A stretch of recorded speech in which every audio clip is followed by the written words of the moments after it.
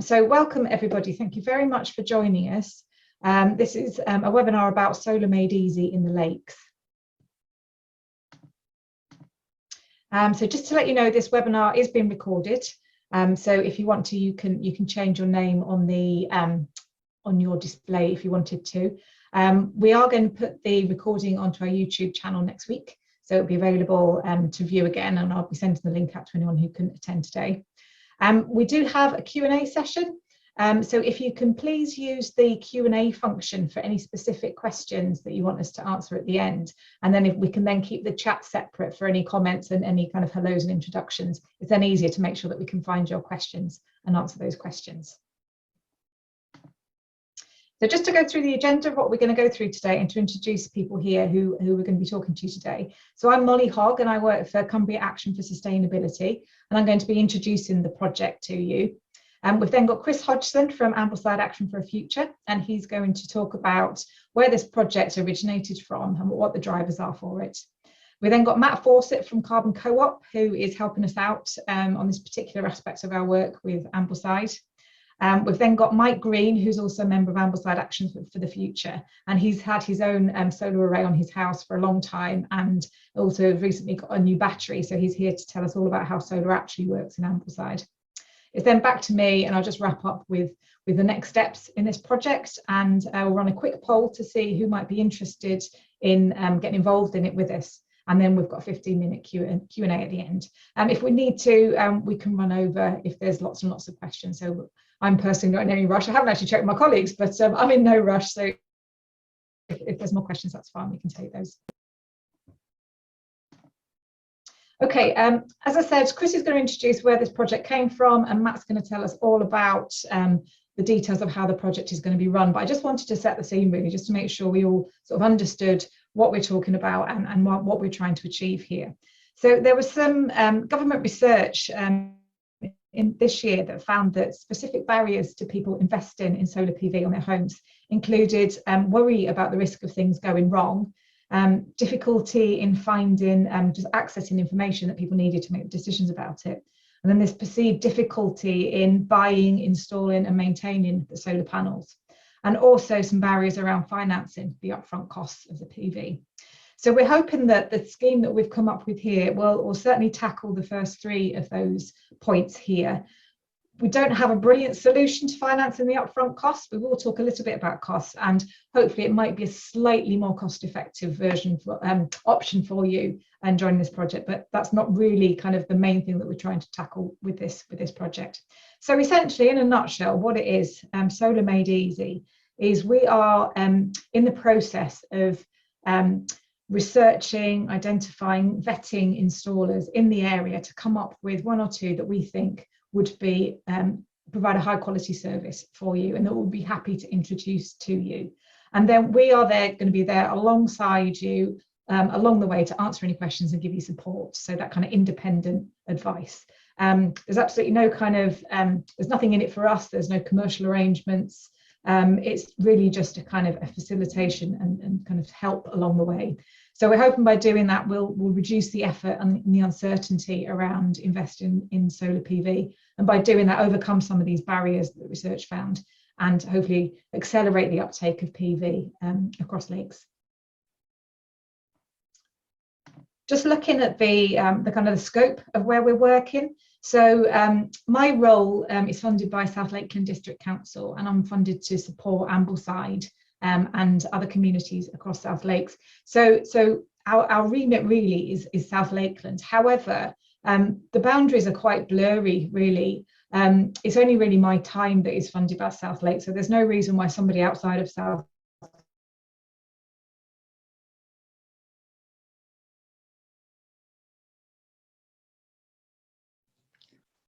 Molly, your sound has gone.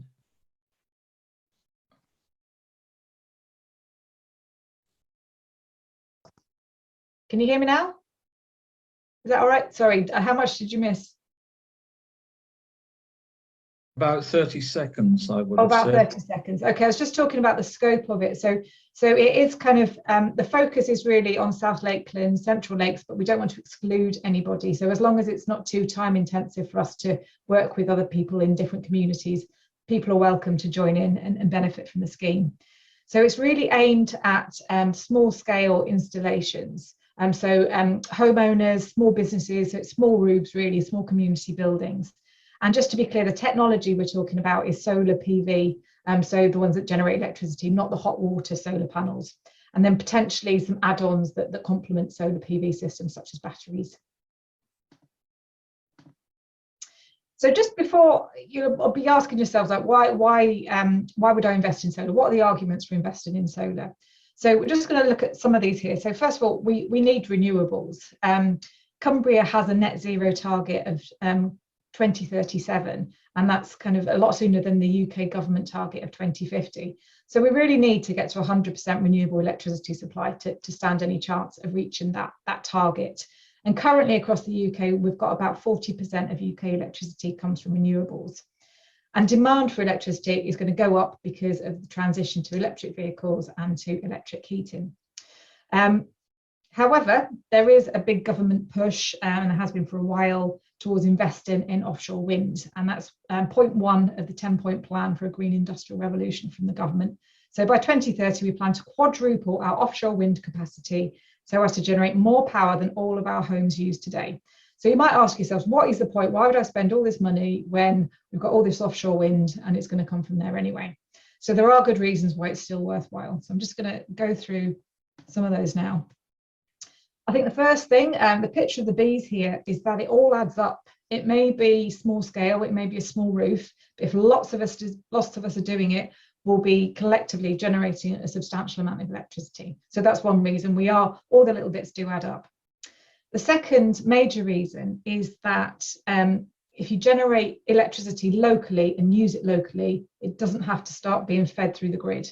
So the grid is under enormous pressure to be able to transport all this electricity from these big generation sites like offshore wind and wherever else it's generated, to then bring it to all of these different locations, particularly if people are starting to use more electricity for EVs, etc.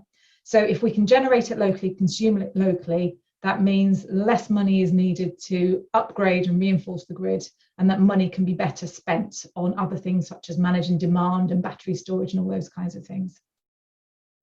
The third main reason, which isn't a climate change reason, but a financial reason, is that we all would have noticed that energy prices have massively rocketed in the last few months. And this is just a graph from Ofgem, saying since we last updated the level of the cap in February, wholesale electricity and gas prices have increased by over 50%. So it really does protect you from those volatile energy prices that are just predicted to go up. Matt's going to talk a little bit about that more later. So there's some really good reasons for why it's worthwhile investing in solar PV on your property. I think the second question that needs answering is, should that be prioritised? Should it be prioritised over doing other things to save energy, so energy efficiency? So you may have heard phrases like powering down before powering up, or the fabric first approach. And absolutely, we at CAFS totally advocate for that. That's really sound advice. And I'm just going to talk quickly about some support that's available to help you do that.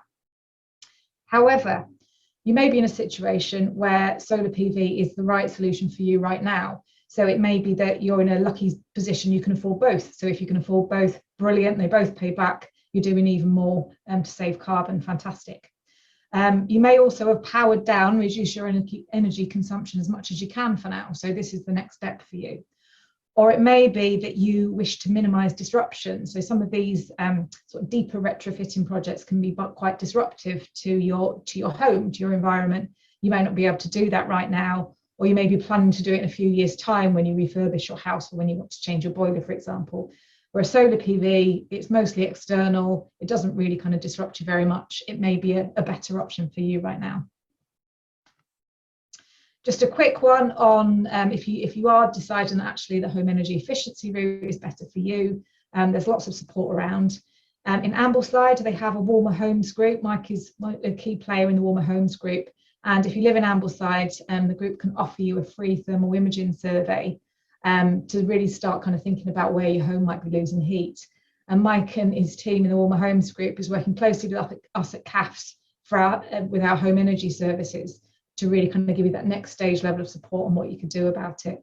So we have our Cold to Cozy Home service, which gives free advice if you meet certain eligibility criteria. We also have a home energy audit service, which is much more comprehensive about kind of different installations, different levels of insulation or different systems you could put in your house to save your energy. We also can do that for commercial buildings. And we're also starting to develop a retrofit advice service. So once you know what it is you want to do for your home, it's then helping you to find the right installers to do that other work. So please do have a look on our website if you want to go down that route as the first stage. Just to finish off before I hand over to Chris, just a quick one on funding. There's not a great deal around. The feed-in tariff ended a little while ago. We now have the Smart Export Guarantee, and it pays about between 1p and 5p per kilowatt hour that you export. So anything that you generate from your solar PV that you don't use and you export back into the grid, you do get a very small payment for it. So it's a little bit, but it's better than nothing, but it's nowhere near as good as the feed-in tariff was. We're not aware of any specific funding for homeowners to buy solar PV at the moment. However, if you are a business, there is the Low Carbon Lake District Grant, and that can fund up to 60% of low carbon capital projects up to £25,000. That can include solar PV. They may want you to consider energy efficiency before immediately jumping to solar PV, but that's something that you can discuss with them. The second round is currently closed, but they're due to reopen in the spring, in early spring.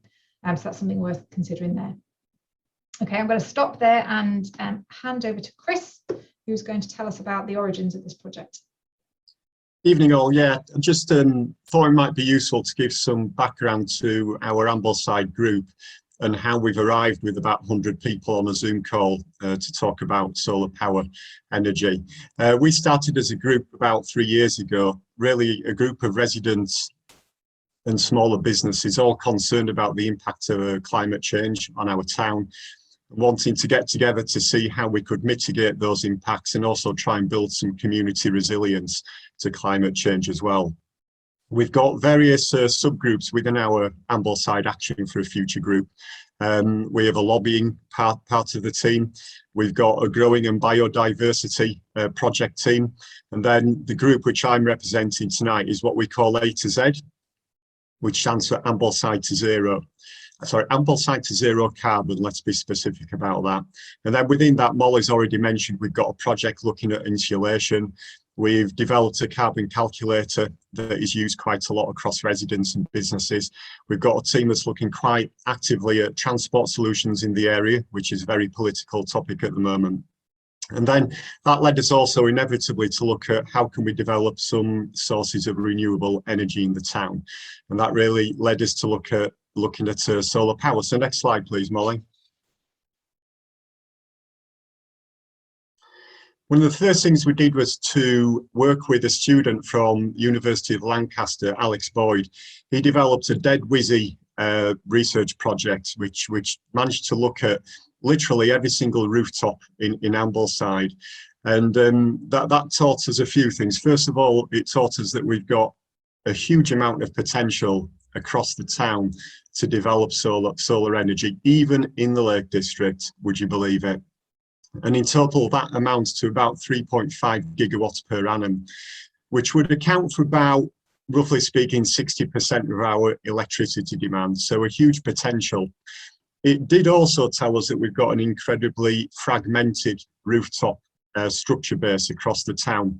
We're quite an old town. We've got lots of small rooftops. We don't have huge industrial units kicking around in the centre of the town, for those of you that know Ambleside, and that's probably most of the people on this call. So that's led us down to a specific direction of this project, whereby we've got two specific strands to it. So Molly, if you could pop onto the next slide, please. First of all, we're looking at working with some of the larger community buildings in the town that we do have. We have some educational establishments, we have some community buildings, and they do have quite significant rooftop potential, just each of them individually. And we're working with a company called Big Solar Co-op with those buildings individually to try and develop our own solution for those. and they'll be owned and installed by Big Solar Co-op, and they'll be funded by via a national share offer. They'll give discounted electricity rates for around about 30 years, and with the way that electricity prices are likely to go, that means that actually those buildings could end up with quite a significant saving in their electricity costs. They won't own the panels, but they will host the panels on their rooftops. And that's a fantastic project that we've got going. It'll be a real flagship project in the centre of town if we can get them, and very visible to members of the community. And by them being very visible, it should help individual homeowners develop their own confidence, I think, for their own schemes.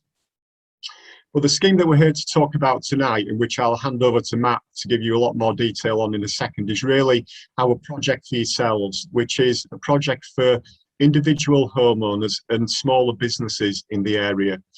It's very much intended to take some of the risk, some of the effort out of researching what might be a viable scheme for yourself. It's not going to fund it for you. That will still have to be really funded and invested by yourselves, but it should hopefully provide a very trustworthy mechanism and give you the confidence to take your own scheme forward. So with that, I'm going to pass across to Matt to tell you more about the Solar Made Easy project. Matt, over to you. Thanks very much, Chris. So I'm just going to have a quick go at sharing my screen. Hopefully everyone can see that. So my name's Matt. For the last 10 years, I've been working with the Carbon Co-op, which is a community benefit society based in Manchester. And over that time, we've been involved in a lot of sort of bulk procurement projects for householders around a range of different technologies, but some of that has been related to photovoltaic panels, so solar panels. We've also been involved with some commercial installations over that time. So this is the Unicorn Grocery, which some people who visited Manchester may be familiar with. And some of our staff members have also been involved through various local community groups with bulk purchasing schemes like the successful one that York Community Energy carried out. So we were asked to sort of try and distill some of the learning from those different projects and to feed that into the Solar Made Easy project. So part of that was to try and identify sort of idealized installation partners. So we were asked to do a market survey, and I have to say we were very surprised by the high quality that we found in local installers here. So we very much focused on installers that were based in the region rather than installers who just worked in the region, because we think that it's important to develop local supply chains and that you're much more likely to get a more rapid response from local suppliers. So I'm going to go through a little bit about what we've done in our research to get to where we are now. It's important to say that almost all the research that we've done is through publicly available, freely available resources. So anyone can do this, there's no magic to it. But the idea of Solar Made Easy is that we do this bit of research so that you don't have to, essentially. So the first thing on that list was company finances, and that's important because we want companies that are around for the long haul, really. And it has been a difficult couple of years for contractors in terms of lockdowns and labour shortages and all of this kind of stuff. So what we've done to try and reassure ourselves of the stability of the organisations that we're proposing working with is to go through the financial reports over the last few years at Companies House, which is just a standard bit of due diligence, looking for anything troubling around sort of charges or debt or a lack of suitable reserves.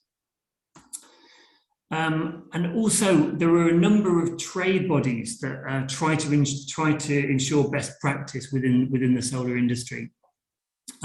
So the baseline of those is MCS, the Microgeneration Certification Scheme. You would never consider having anything installed by anyone who wasn't certified by that scheme. But there are also a range of other schemes that aim to provide consumers with some confidence that there is someone that they can go to in the event that they are unhappy with a particular service that's been provided. So you may be familiar with some of these logos, and sadly we can't always entirely rely on the logos. So the second one along here, the NIC, EIC, they maintain a wall of shame on their website of dozens of electrical contractors who proudly display this on their website despite not being members.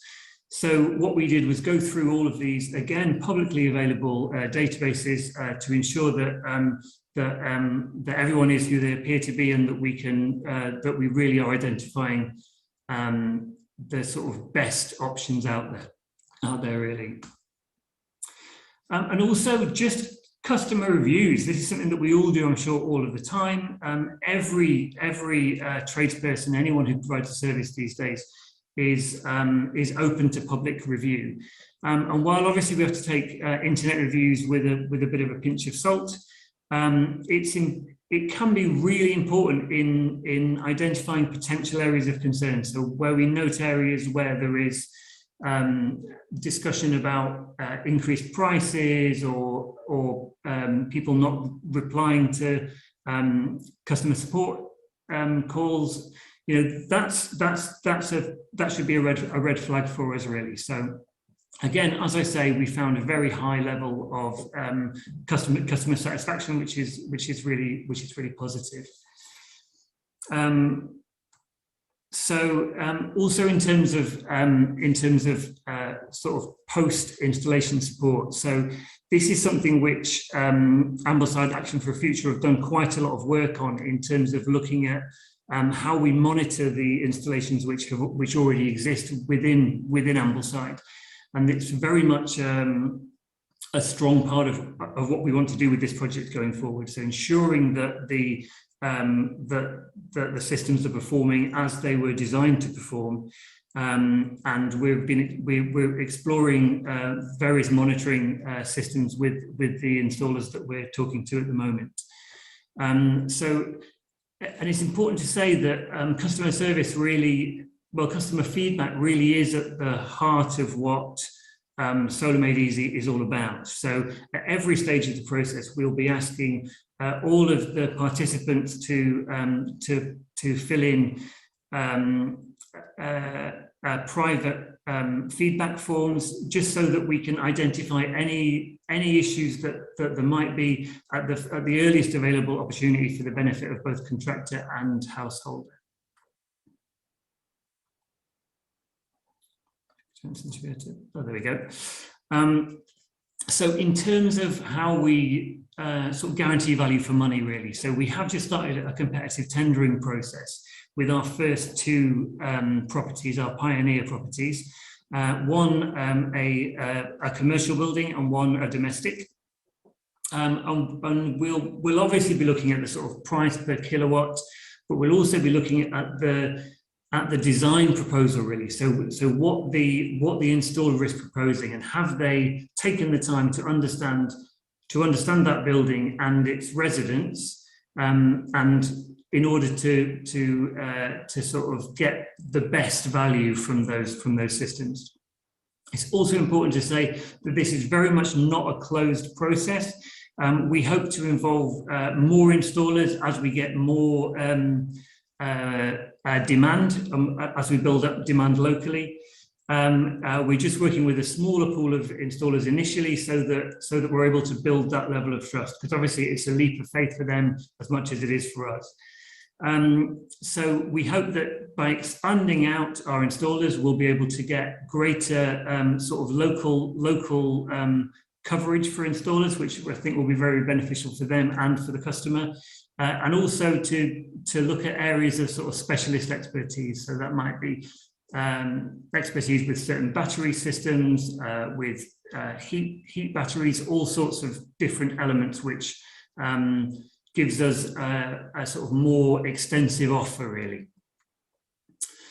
So what do we mean when we talk about best value? So I think, as Molly mentioned, there is this export guarantee payment, which is about 5 pence per kilowatt hour as a maximum. And you're likely to be paying around 4 times that for the energy that you import from the grid. So it's really important to look at how we maximize, how we use as much as possible of the energy that we're generating and import as little as possible from the grid. And that's the way that we maximize our investment. And there are lots of quite simple ways of doing that. So an immersion tank is a great example of that. So an immersion tank, if you can divert excess solar power into heating water that will stay hot for some considerable time, then you're able to heat that water for the equivalent of, well, with free energy rather than paying for energy from the grid to do that. So it basically works like a battery. And there are very simple add-ons like the Eddy PV diverter. They're about £300 to install, in addition to the solar cost, but the payback on those is really fast, so sort of 2 or 3 years, and they will really increase the efficiency of your system and the payback of your system. So also we can look at what other large power draws there might be on within that household. So if there are things like electric vehicles or heat pumps, and we can then look at ways to maybe to adjust when those large demands are met, so that we can use solar power, our own free solar power when that's available. So there are lots of good systems out there for doing this. So the My Energy products, for example, or I'm not sure you can see it behind the people, but the photo here shows an incredible PV to electric vehicle charger, which will match the charge to the output of your solar panels, so that it's only charging your vehicle with energy that you're getting for free from your own panels. And it's also looking at whether installers are really thinking about innovative ways of maximizing generation in the current sort of economic market. So solar panel prices have fallen by about 90% over the past decade. But installation costs, the cost of labor, the cost of some other materials, scaffolding, etc., have in many cases increased. So the percentage of your total system cost, which is actually your panels, has gone down quite dramatically. So what this means is that it might be worth putting more panels on your roof than you can necessarily than the limit which is placed on you by your inverter and by the district network operator, so by the grid, essentially. So if we look at this very complicated graph, and I apologize for it, on your left here, it shows that having a larger solar array, while you might get a cut, so on the sunniest days in the middle of the day, you're not going to get maximum power, but that orange part shows the amount of additional power that is being created by having that larger array in there. So things like that can make the system much more cost effective. Also thinking about, it used to be that we would say solar panels are really only for south-facing roofs, and that's no longer really the case, in that, you know, we have in houses with an east-west facing roof, you can essentially have twice as much roof space to put your solar on. So as most inverters have 2 inputs, you can then have an east input and a west input, so that you are able to produce solar power earlier in the morning and later in the afternoon. So which are often the times when when demand is at its highest. So you'll see from this chart here that east and west facing are around about 90% of the power at a standard roof incline, as you'll get at due south. So it's, you know, these are things that as panel prices come down, once you've got that scaffolding in there, these are things worth exploring. So in terms of cost and payback, so the MCS that we mentioned earlier, they have a database of all of the installs that have been done since 2010. So this figure here of £1,600 per kilowatt is based on the 28,000 installations that have been done in the last year. So this figure is skewed really by a range of issues, including much smaller installations. So we would expect a sort of standard 4 kilowatt solar installation to be significantly cheaper than this. There are some really good resources out there in terms of understanding your quotes that are provided, understanding payback period, looking at how at what the implications are for in terms of the value of your property after installation. So we'll be sharing these slides afterwards. So you know, I've included the links in there. So the Energy Saving Trust suggests that that in the Northwest we're looking at a payback period of somewhere between 18 and 21 years for suitable properties. So this is within the context of solar panels being guaranteed for between 25 and 30 years. So that's the sort of it's a calculation of how quickly we'll pay back the cost with the savings that we make and with the price that we get from exporting power to the grid. So it's just worth saying that I think this is while I think it's really useful that this is part of the standard MCS quoting process.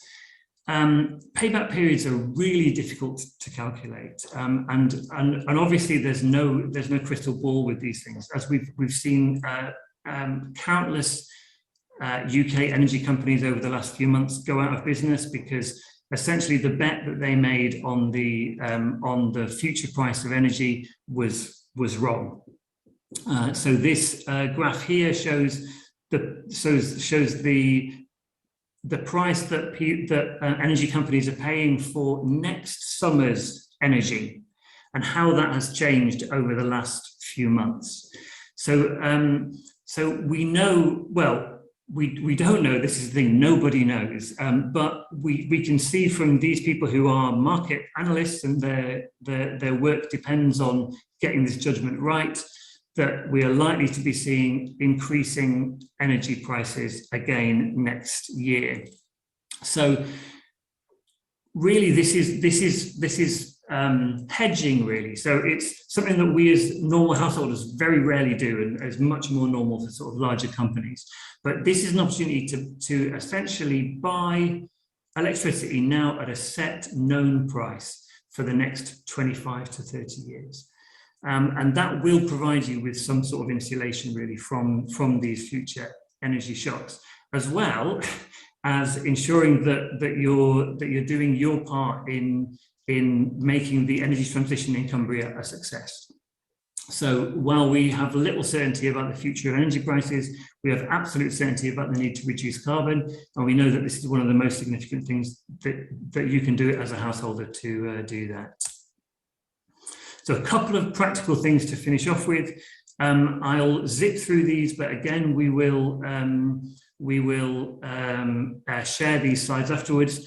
So as most of you on this call are fortunate to live in a World Heritage Site, it does unfortunately mean that for both commercial and domestic properties, that you will need planning permission where your property fronts onto a highway. But for the rear of the building, you don't need planning permission unless it's a listed building, or unless you're fortunate enough to live in the Article 4 area of Keswick. Having spoken to the planning office today, who were very, very friendly, and I have to say, do get in touch with them if you've got any doubts about these. You're fortunate in your area to have a duty planner who is available every weekday morning for a brief free consultation. And what they said is that basically the default should be yes for planning applications for solar. So we shouldn't let the need for planning hold us back.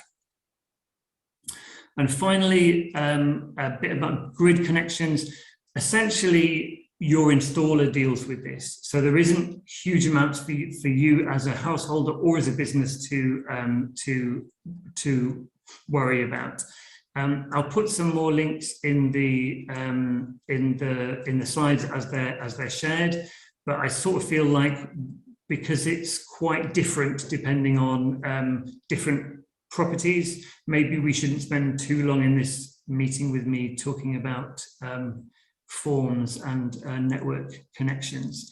So instead, I will pass over to Mike to talk about the realities of having a solar installation in Ambleside.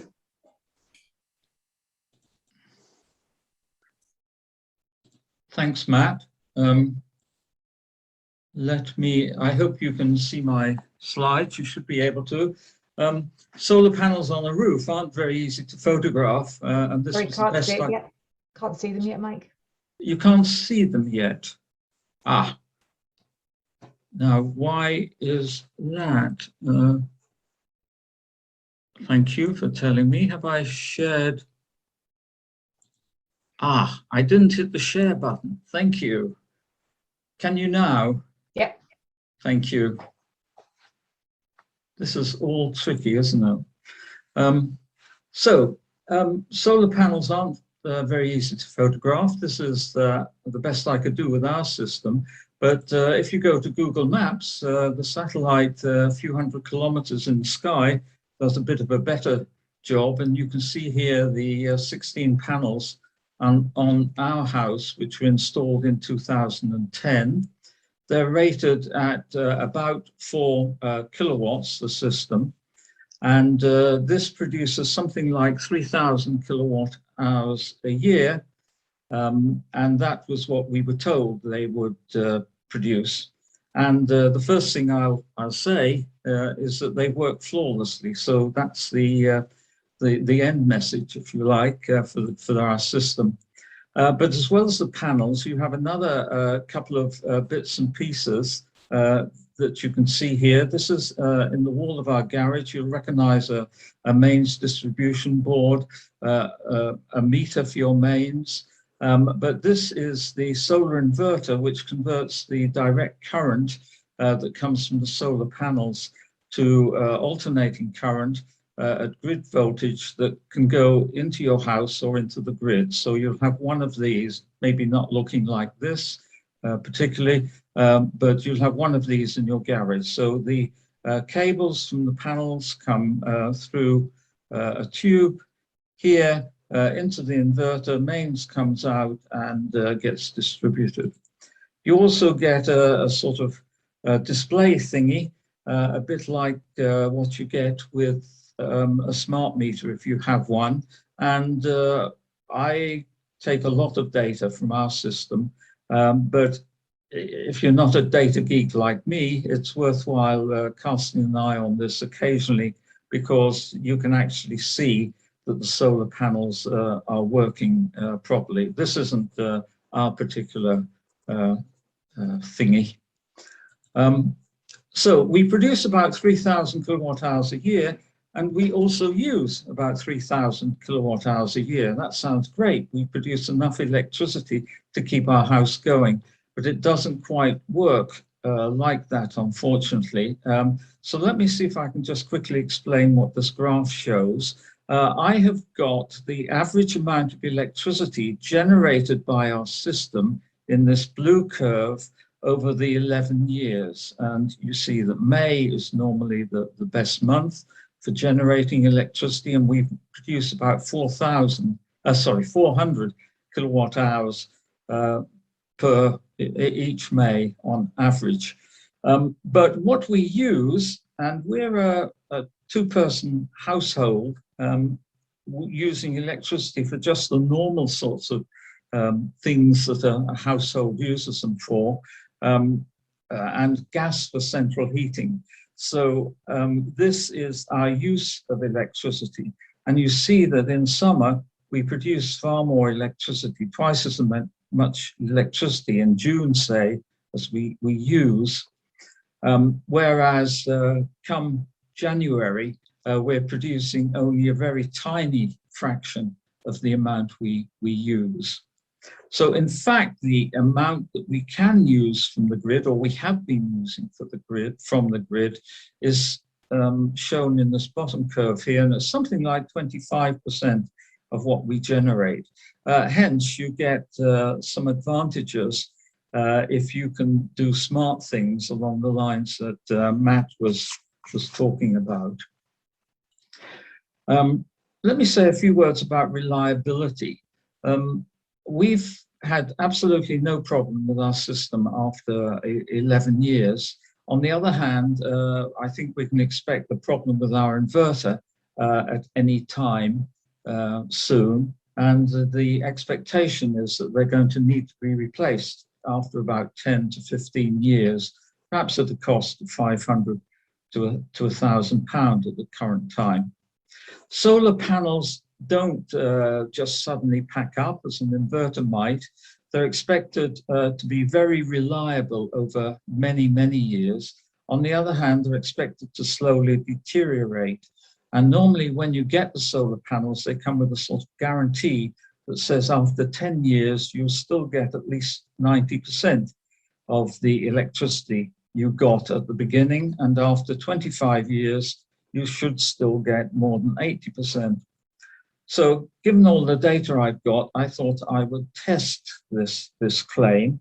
So what I've checked is the amount of electricity our solar panels give us every year. So I've plotted here from 2011 to 2021. And if there's going to be a 10% drop on 3,000, I'm clearly going to see it. In fact, I don't. There's a rise in the amount of electricity we generate per year. Now, that clearly isn't the solar panels that are doing it, but maybe the Tourist Information Office, as well as saying, come to sunny Ambleside, should be saying, and it's getting sunnier year on year, which I think is the effect we're seeing here. I did then wonder whether this could be hiding a deterioration of the panels. Maybe we're getting 20% more sun every year, and my panels are deteriorating by 10%.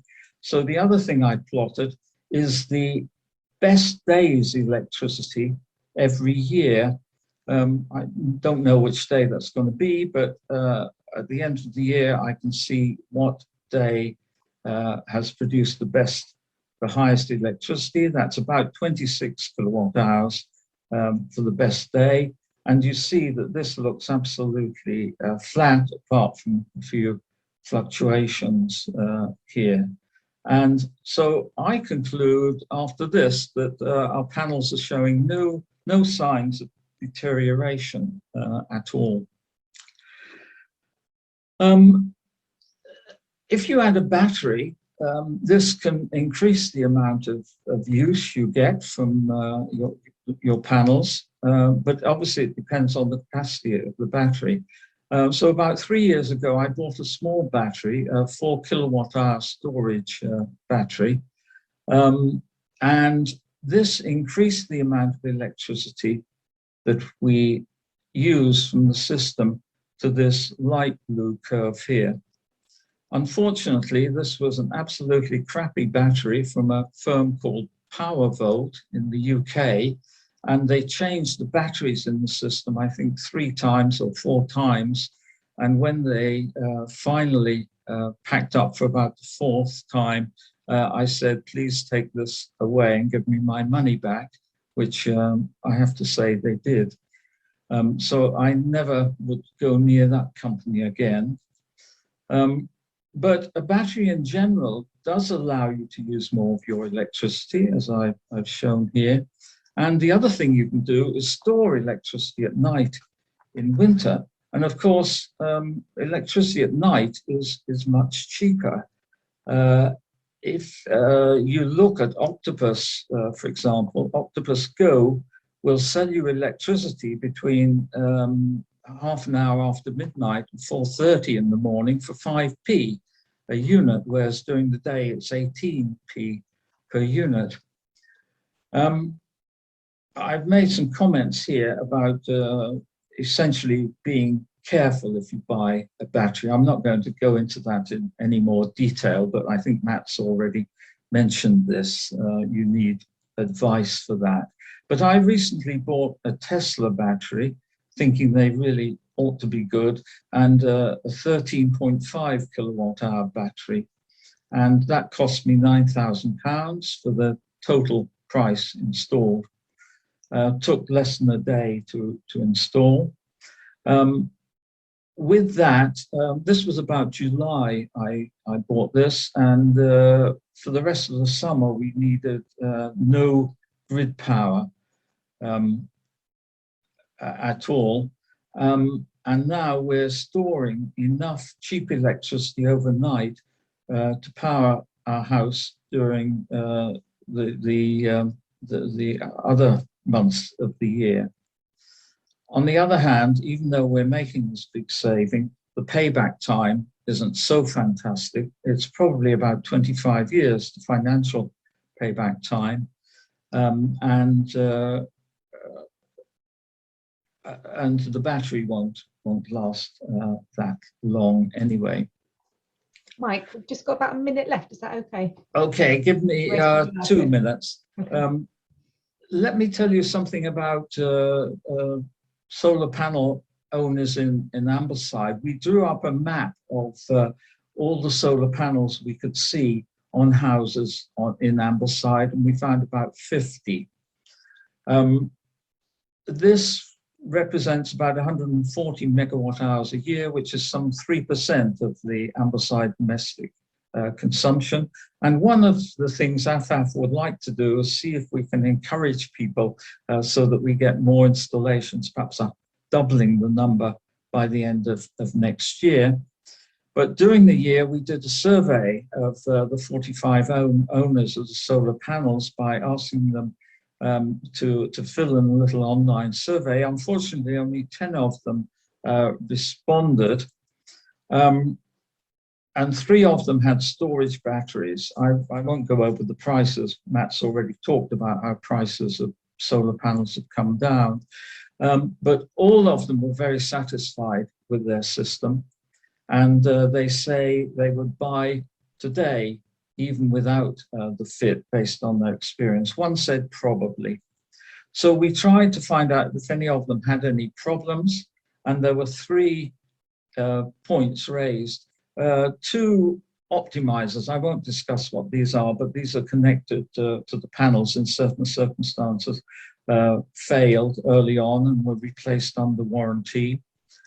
2 tiles were cracked on another person's roof during installation, caused a leak in the roof. So the warning here is make sure when you're getting them installed, you've got an agreement that any cracked tiles will be replaced. And another person said that their local installer had closed and maintenance was now an issue, but we couldn't find out what aspects they were concerned about with maintenance. I certainly have not done any maintenance on ours, and I don't know that any others that have. So I'll finish there.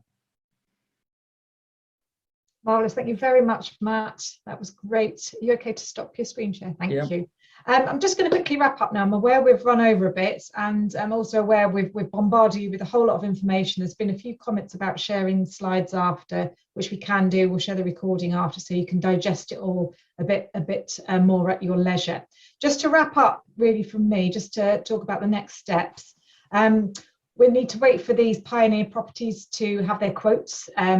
We will then look at those quotes with Matt helping us and looking at them with AFAF and with obviously the 2 buildings that are going to be getting the quotes themselves, to then hopefully identify 1 or 2 installers that we'd then like to work with further.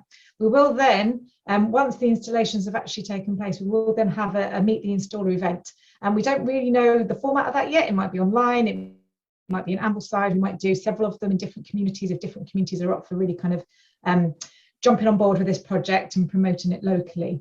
We'll also need to set up some systems around, if hopefully, fingers crossed, lots and lots of people are interested, how we manage all of that interest. So that's the things we're going to do next. So what I'm going to do now, before we launch into the Q&A, and I can see there's 14 questions, I'm just going to launch a poll just to get a feel for now whether or not you think you would be interested in joining this project. There's absolutely no obligation. It's just to see whether you'd like to carry on getting information and potentially participate in it.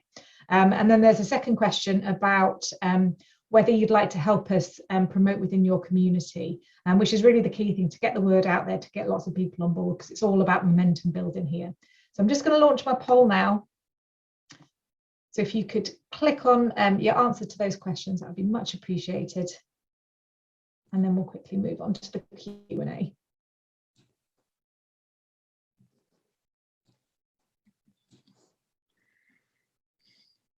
Lots of people saying yes, which is marvellous.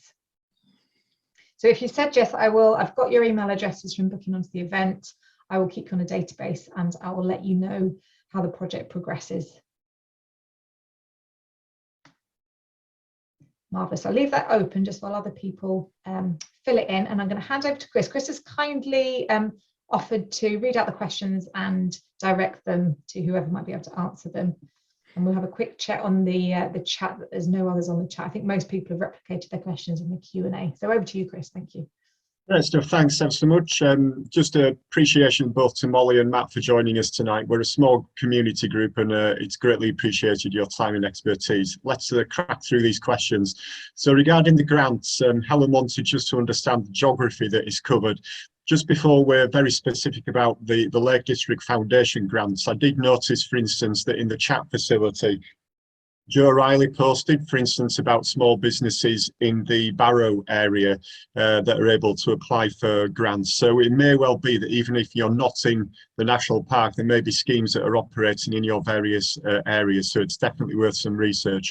Molly, if I state anything incorrectly there here, then dive in. But my understanding is that the Lake District Foundation grant system is for small businesses in the Lake District National Park, correct? Yeah. Or they must have at least a significant part of their operations there.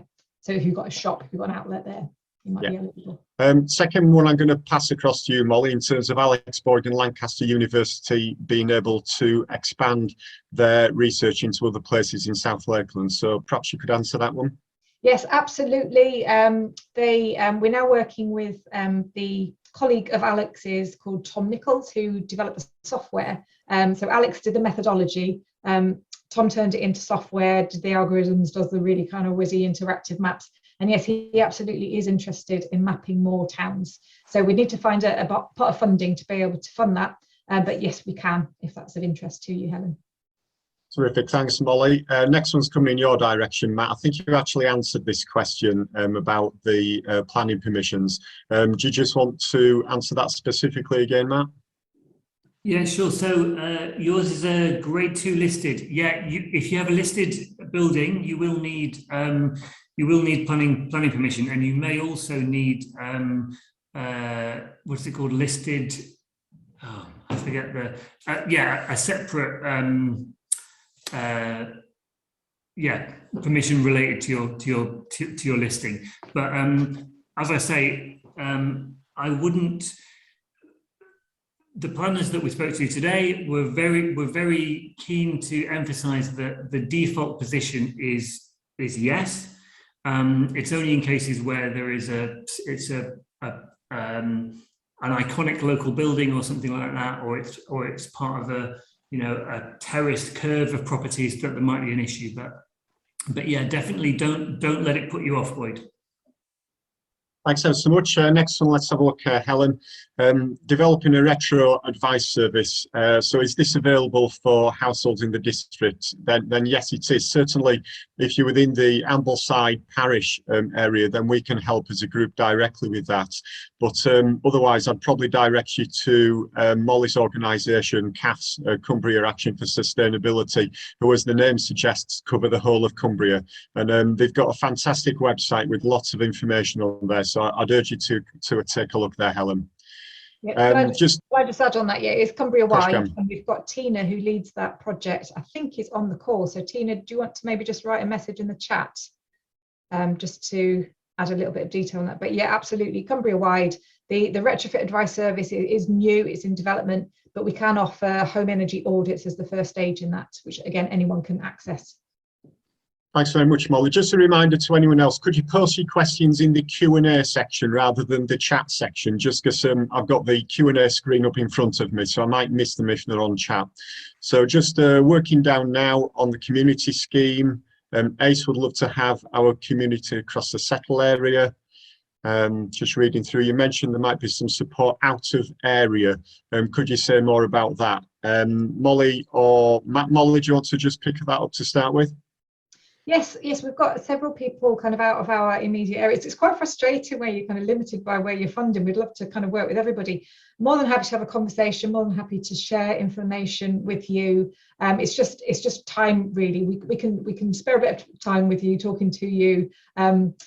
Yeah, that's what we can do. We'd love to know what you're doing as well. It's part of our remit to kind of share things wider. So yes, please do get in touch. Next one from the very esteemed Paul Martin.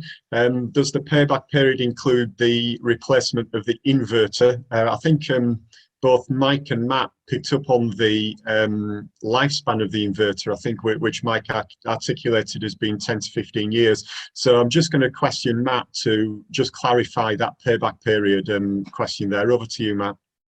Yeah, so it is included within the payback period. One exchange, because it used to be that we would look at 2 exchanges, but they last a lot longer these days. Great, thanks ever so much. Fiona Sanders, is there any information about solar versus heat pump in terms of cost and carbon reduction? I'm probably going to look to Molly or Matt on this one and wait for a finger to pop up in the air and volunteer to take. So it's not specific. Yeah. It's a difficult one. Go on. Cross to you, Matt, mate. Coming in your direction. I was just going to say, I think Mike is currently working on a spreadsheet which looks at this exact issue. So yeah, I think it's a complex one in that, if you have a heat pump, you really need to look at energy efficiency measures first. They don't work very well in sort of leaky buildings. So I would say it's a tricky question to answer, which I'm hoping that Mike's new spreadsheet will do. No, it's not, Matt. But it is a tricky question to answer, and as has been said a couple of times, it's fabric first. So we have had the retrofit survey done for our house, and we are hoping then eventually to be able to fit a heat pump, but we're not even looking at that as an option yet until we've got retrofit done and can find out how much energy we're then using compared with what we're using now, using gas. Thanks ever so much, Mike and Matt. Heather, hiya, welcome to the Q&A, Heather. Just in terms of what's an average semi-need in terms of like kilowatts, I think, Mike, you were working on 3,000 for your house, were you? Should we take that as yes, and I think that's fairly typical. That's the average for the UK. I think it's what the electricity supply companies take as their typical household use. So that would obviously be, for a typical household, I would have thought average couple of people with gas central heating, I assume, but using electricity for washing machine, dishwasher, fridge, lighting, these sorts of things. Great, thanks, Mike. Sorry, can I just Molly? chip in? Can I just chip in there? I think, did you mention 3,000? So that would be the annual electricity usage, whereas actually I think the question is that we've got the cost per kilowatt, which is the power. So the size is roughly about 4 kilowatts, isn't it, for a typical semi? Is that, would you say that was right? Well, the average is half a kilowatt doing spread over day and night. But of course, it doesn't come like that. You use very little at night, and you have peaks at time, perhaps when you're cooking an evening meal, getting up in the morning, etc. And it depends upon your lifestyle as well. For people staying at home all day, probably spread it a bit more.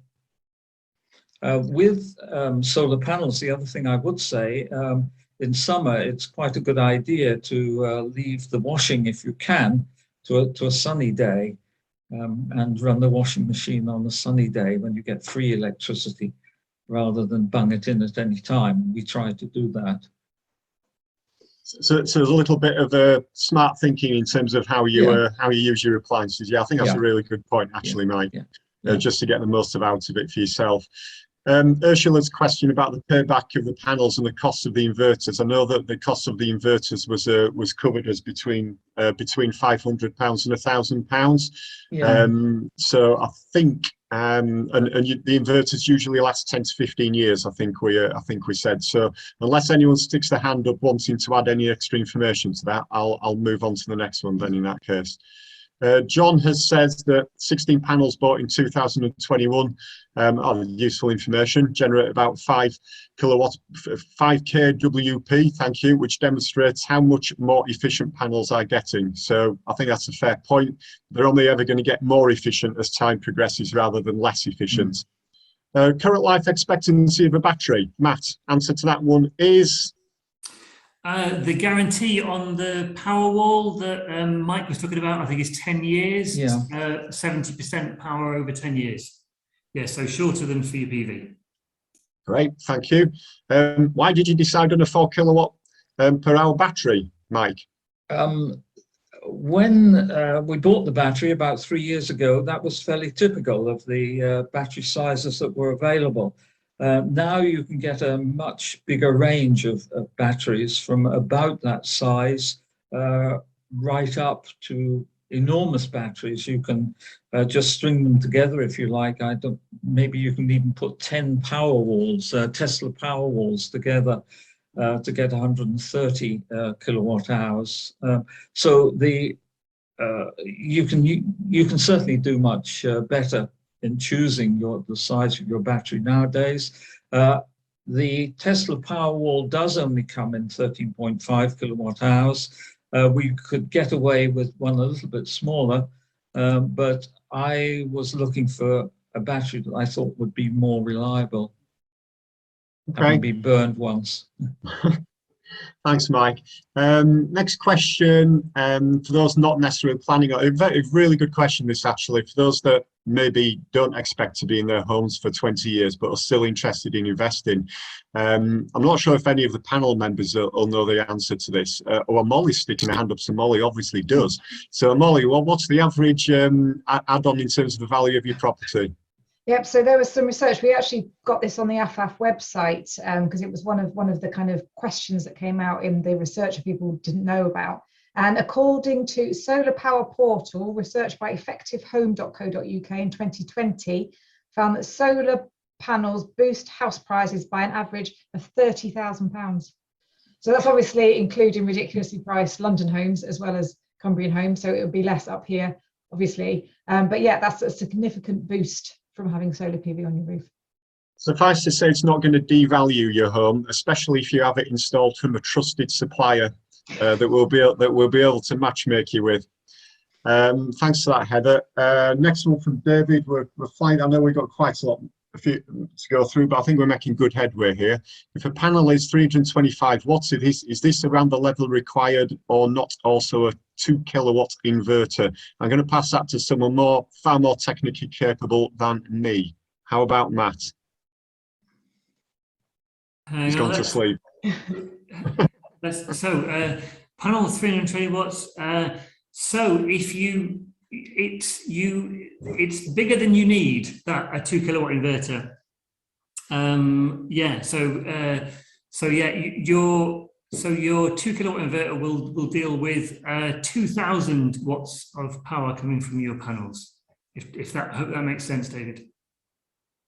You better stay on the line, Matt. Don't doze off again. Could you have a system that stored heat in a thermal store but did not need grid connection or even an inverter? Well, you could. We've been doing some work recently with a couple of our members who have heat batteries installed. So I think that is something which we're going to see more of in the future. They are a relatively, I think it's fair to say, they are in their sort of commercial infancy, but these sort of salt batteries are certainly going to. It's instead of a hot water tank, you put the energy into a heat battery, which you then put your water through. Right, thanks very much. You're baffling me with science there, Matt. Barry wants to get going really quickly. He's incredibly interested. He's saying, how quickly can we get on with our installers? So I know we've got the kind of couple of trial schemes just to get up and running. Just I suppose in terms of a definitive date, what do we think would be the best date estimate in terms of a month that we could give Barry for being able to put the installers in direct contact with him? I guess it depends on when they can do the first installs. That would be the kind of thing that we don't quite know yet. They're quoting this week. I think they're going out to visit the 2 properties. So if those properties are ready and willing to go, I don't know how much of a waiting list, how much of a waiting time the installers have. I hope it's not, it's a bit vague. January, February time, I would hope we would be in a position to be able to have had those installations done and for us to come back to you. Yeah, I'll just add to that. I think we're hoping that we're going to get another 50 odd households on stream in Ambleside. I mean, we'd love it to be way more than another 50. That does mean that we need to create some scale quite quickly. So I think the honest answer is we couldn't give you a specific date yet. We will be able to soon, but we would hope it would be in early 2022. Yeah, Matt, okay with that answer? Okay, just moving on to Ro. Does the installer supplier make all the necessary checks on the integrity of your roof, or does this need to be done before by the homeowner? I think I know the answer to that, but I mean, the answer is yes. I'm expecting. Matt, is there anything you want to add to that? Are we happy just saying that yes, they will do? Yes, they will do, and that's one of the reasons that we're looking at encouraging more installers to do home site visits rather than over the phone quoting, which doesn't do that job. Yeah, it adds a little bit of time to the process, but believe me, it's the best way to do it. If you're going to do this once, you want it to be absolutely spot on, and that's part of the reason why we're doing this, to try and put you in touch with trusted suppliers. Will we be able to access this in Ravensdale, please, from Rowena? Any views on that? Molly? I'm going to show my ignorance now. Can you tell me where Ravensdale well, is? Well, Ravensdale, if it's where I think it is, there's a famous TV programme with a farm up there and lots of children on, if it's that Ravensdale. Does that fall with, that probably falls within North Yorkshire would be my expectation on that one. So not sure about the answer to that, Molly. If it is North Yorkshire, perhaps you can put in the chat there, Rowena, just to help us out there. We, as I kind of explained at the beginning, we can't spend an awful lot of time working with you. Cumbria near Kirby Stephen. Oh, brilliant. Yeah. Okay, yes, it should be fine. If you're outside of South Lakes, we can't do so much. I can't spend a day coming to your community and promoting it because I'm not funded to work outside South Lakes. But if you want to join in on webinars, if you want to come over to Ambleside to an event or wherever we might hold the event, by all means, you can join in. That's absolutely fine. I think the other thing I'll add to that, Rowena, if you're still on the line, is it'll be clearly visible about who are the partner companies that we're working with. If you are an individual household and you want to get in touch with these companies from your own volition in terms of interest about installing solar panels, then fantastic. Then by all means go ahead. At least you know you'll be working with a trusted supplier and someone that's been vetted quite strictly and quite rigorously along the way. So I'm hoping that's answered. If not, then I'm sure you'll pop something back up again. Elspeth says, do you know of any help that be given to schools? I'm gonna schools is something that we are keen to pick up on as part of our scheme. If it's got big roofs, then it could be picked up as part of our big solar scheme, whereby we're looking to actually invest on the panels themselves. It all depends about the size of the development of the PV array, I think. So the answer to that would be very definitely yes, and whichever scheme it fits into might just depend on the size of your roofs. Molly, do you want to add anything to that? Yeah, just agree with what you said. Again, it might depend on what community that school's in and how much time we are able to work with you. So if you're in South Lakeland, brilliant, I can spend loads of time with you. If you're not, it's a bit more tricky. We might just have to just give you a bit of quick signposting. We love working with schools and community buildings because they have a double impact. Not only do they help in terms of the immediate electricity generation and the lowering of the carbon footprint, but they kind of really do act as flagship beacons in terms of spreading the word inevitably towards all the pupils and the parents. So yeah, very keen to work on those kind of buildings. Who can assess roofs whether solar is viable? That would be done as part of the assessment by the installer, so that they would investigate that. They'd look at the orientation of the roof, they'd look at shading. Funnily enough, we can actually do that on our little Whizzy map system as well to a certain extent, but there will be a proper roofing assessment done as part of the scheme. So I think I'm happy that we've covered that off, unless Matt, Molly want to add anything else to it. No, okay. Well, the only thing is somebody is suggesting that installers might not be objective, but I think they have to be honest to be approved installers. Yeah. Is that fair, Matt? And this is one of the checks you're carrying out anyway. You can also, there's, is it the Energy Saving Trust, have a tool that you can, so if you go on the Energy Saving Trust or Google solar PV assessment or something like that for the Energy Saving Trust, you can then click on your house and it will allow you to do your own assessment. Not as accurate as somebody coming out and looking at it, but it will give you a good feel for it. Yeah, and the last thing I'd just add on that subject about impartiality, I should probably have stressed AFAF, we have absolutely no vested interest financially in this. We're a registered charity with quite good trustee governance on it. So we just want to do what's best for the town and help residents and businesses out. We have absolutely no financial interest. In fact, the only thing we give is lots of time to try and get this off the ground. And there's no financial benefit whatsoever for us. Can't get my words out. Quick pros and cons of PV versus hot water panel. Volunteers, team. Matt? Hi there, Leslie. Yeah, basically solar thermal is absolutely fantastic. And I think there are, one of the main pros of it at the moment is that you can get the renewable heat incentive. So and the recent iterations of that have been more generous for solar thermal. The main con of solar thermal is complexity. For some reason, it hasn't quite penetrated the UK market really. So if you can find a good installer, then solar thermal is certainly the way to go.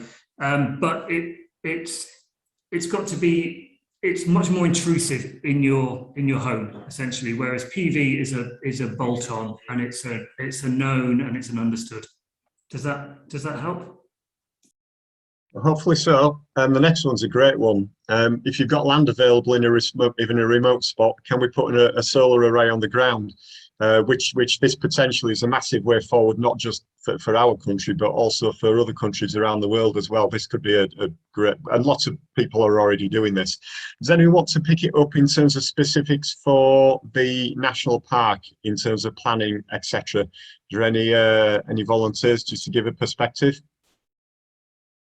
I'm not sure about the planning. Everyone's taking a step backwards on that one, Steve. I'm not sure about the planning issue. I think actually, and please correct me if I'm wrong, Matt, but I think actually the ground mounted ones might be more expensive because you need the frame to put them on. Is that right, Matt? So actually it seems like it could be cheaper, but probably not. It's probably the other way around. It can be more expensive, and you're losing the ground, of course, as well, which is a precious resource in this country, as we know. There are separate planning regulations around that, which relate to things like if you're in if you're again facing the public highway, for example, in a conservation area, but all of those are available on the link that was in my presentation, so you can check that out later.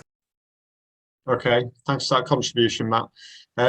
David is asking user mixer O. That's past my technical interpretation, so I'm going to move on unless someone sticks their hand up on that one. Rowena's just thanking us and asking if, I think Rowena's probably know we've spoken about Ravenston-Dale now, so I think Rowena, just take a look at the CAF's website for retrofit. I know you probably, well, I know that you do fall outside the Cumbria catchment, but you'll still find stacks of useful information on there, and I suspect you'll probably find that within the National Park of Yorkshire that you'll get some great information too. If I'll move on to the next one unless Molly sticks her hand up on that one. David's back. Did we discover it was Eden? Oh, did you? Was it in the chat? I think it was in the chat. So I think we might have discovered that it's in Eden. If it is in Eden, absolutely, please do. Oh, fantastic. Great stuff. Right, okay. Tina Holt is the contact. She's in the chat. So yes, do get in touch. Brilliant. Right, we'll put Rowena and Tina together then. David's again asking, if you use a mixed water feed at 40 degrees C, you can make good use of stored DHW. DHW is something hot water. Domestic. Is it? Domestic. Domestic hot water. Thank you very much indeed. Is that a comment, or no one wants to add anything to that? I'll keep moving otherwise. Okay, thanks for that. Stephen, if I want all electric household where there is no gas available and tanks of oil are out of the question, is a 3 kW system big enough? 3 kilowatt system big enough? Any views from Mike or Matt on that one? I would suggest not, but up to you, Mike. 3 kilowatts of what? Air source heat pump? A 3 kilowatt generating system, I think. Is that big enough to give you everything you would need for an all-electric household? I mean, it's no. The problem, it suggests not. Mm-hmm. No, the problem is this mismatch between summer and winter. Matt, do you want to add anything? Just that it depends slightly whether you've got a 3-phase, because remember that limit is a per phase limit. So if you have a 3-phase connection, for example, which some people do, then you're looking at 10.5 as your maximum. Okay. Negative experience next. Steve's commenting 0 added house value. In fact, a huge extra solicitors questions, enough to put a buyer off. Not a great experience from Steve's point of view, but an interesting one and very valid. Yeah, very valid. It probably shows the importance of having proper, reputable, qualified, certified installation put in the first place. If you're going to do it, you only want to do it once, and let's make sure it's correct. I hasten to add, we are not going to put our hands up and say this is going to add X £1,000s to your house value. We're not property surveyors or anything like that. Speak to your local estate agent if you think, if you do want an answer to that, they'll give you an answer for it. But certainly, I think it probably demonstrates the point. Make sure you get a decent system put in the first place, and someone that's reliable. Can we share links in the chat as well as the slides, please? Have we got access to the links afterwards, Molly, and any of the chat facility that we can put across? I'm not sure whether Victoria is referring to Matt's presentation. I think you had lots of links, didn't you? I think there's been some in the chat as we've been going away, maybe, and I think someone's just concerned about missing some of the links in the I chat. see what you mean. So the links that we've put in the chat to share when we show the slides. Yes. Yes. Yeah. All right. Yeah, we'll cover that off. Back on Rowena. Yeah, Nerd Kirby Stephen, and thank you. You're very welcome. John, we may have to replace a large garage roof a short distance from the house. So could we install this as part of a roof system? Would that be in the scope of the scheme? I would suggest yes, but someone feel free to jump on me if the answer is no. The answer is yes, John. Steve, Energy Savings Trust has a great map and house app. Fantastic. Thanks for letting us know that, Steve. That's very much appreciated. Maybe Molly, is there any chance that we could get that link on the Energy Savings Trust and just make sure that we add it onto the information that goes out if you think that it is relevant and that you think it could be useful, as Steve is suggesting that it is? Can you mount, I'm going to move on, can you mount solar panels on the vertical walls of a house? Matt? Yes, you can. There is a, the Co-op Insurance Tower is a famous example of that in Manchester. It's a skyscraper with solar panels on. They won't be as efficient as they would be if they were tilted on your roof. But all of that is should be very transparent when you speak to installers. All of that's part of the process of an assessment. So, but yes, you certainly can do that. Thank you. Helen's got a listed building and ground-mounted panels. Great. Good example then. Thank you for that feedback, Helen. Rowena is confirming that she's Eden, so we're covered on that one. And John says thanks. And that is the end of the questions. I'm going to pass across to Molly to wrap up, but just thank you on behalf of our Ambleside group that you've all attended. I hope you found it incredibly useful and informative. We're hugely appreciative of you attending and giving us your time. I'm going to pass across to Molly to wrap up this evening. Thank you, Chris. Thank you for doing such a good job fielding all those questions. Just echo what Chris says. Thank you, everybody, for thank you for the presentations, everyone that was here, and thank you for attending. It's brilliant. We're so overwhelmed by the amount of interest in this. We really do hope that it's going to take off and help lots of people. So yes, I will contact everybody, send out the slides, send out the link to the video, and keep you informed about how this scheme goes. Unless you've said no, and then I won't bother you anymore. Okay. Well, thanks. Thank you very much, everyone, and good evening.